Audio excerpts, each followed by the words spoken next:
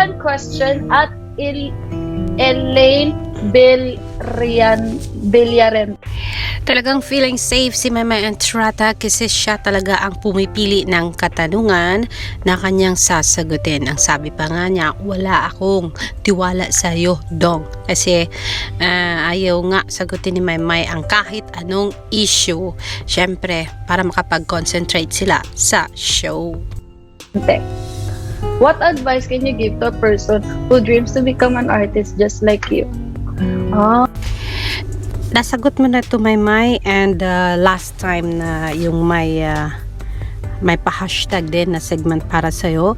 But then in fairness sa mga hindi pa nakapanood noon, heto ang kasagutan ni Meridel Maymay Entrata ukol sa mga taong gustong maging artist. So, hayon, sana ay nasayahan kayo sa kasagutan ni Meridel Maymay Entrata sa inyong katanungan about sa mga taong gustong mag-artista na kagaya ni Maymay Entrata.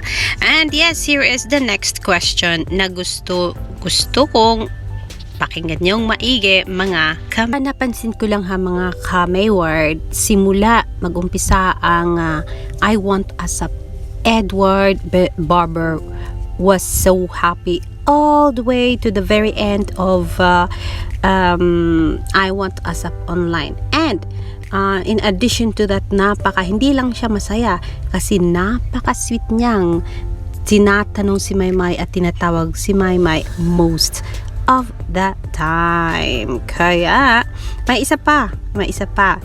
There was some point in I Want ASAP na kung saan si Edward ay gumamit ng filter and he was wearing some kind of bigote. Nako, sabi nga ng commenter ko sa unang uploads ko, bakit parang may bigote si Edward? Napaka-playful lang po talaga ng binata natin, kaya please bear with him na lang. But yes, let's go. Ano nga bang katanungan uli, Maymay? Ko mga guys, ayaw niyang patawanan itong tatlo kasi alam naman na nila at naka-file na sa harapan nila kung ano ang mga tanong na gusto lang sagutin ni Maymay Entrata during sa hashtag may tanong. So fini-filter din nila, ayaw nila nang ma-issue masyado at medyo makakapagsabi ng hindi maganda si Maymay or Edward or this other two hosts ng I Want ASAP Online. But yes, let's go. Tama ka dyan, Maymay. Stay safe. Playing safe all the time will help you a lot bilang host at para maiwasan ang bashers and haters na more magdagdag pa ng mga comments and masira pa ang araw naming mga flyers. Let's go. Those who are in long distance relation.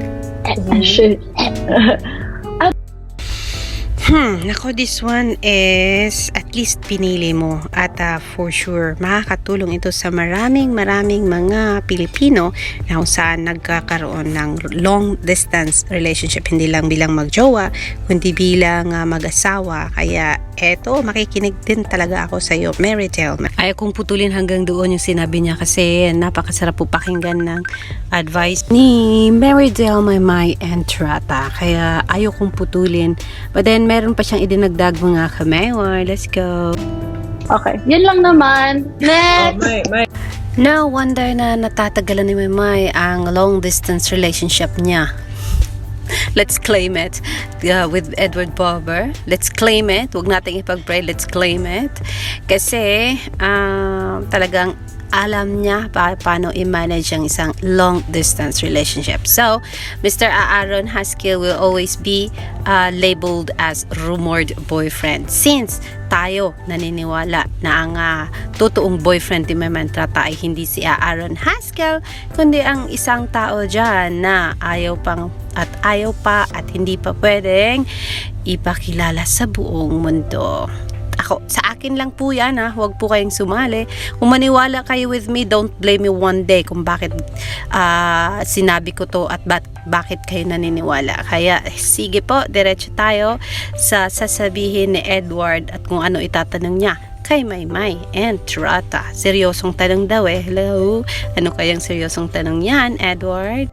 Ayun, playing safe si Edward Barber. Imbis na bumasa si Maymay ng isa pang katanungan na medyo syempre gusto nang nagtanong na mabasa ang kanyang katanungan, si Edward ang namili ng tanong para kay Maymay. So playing safe si Edward, ayaw niya ng more trouble para kay Maymay Entrata at sa kanyang showbiz career at ang personal life niya. That is why mas pinili niyang siya na lang ang from the bashers and the haters, of course.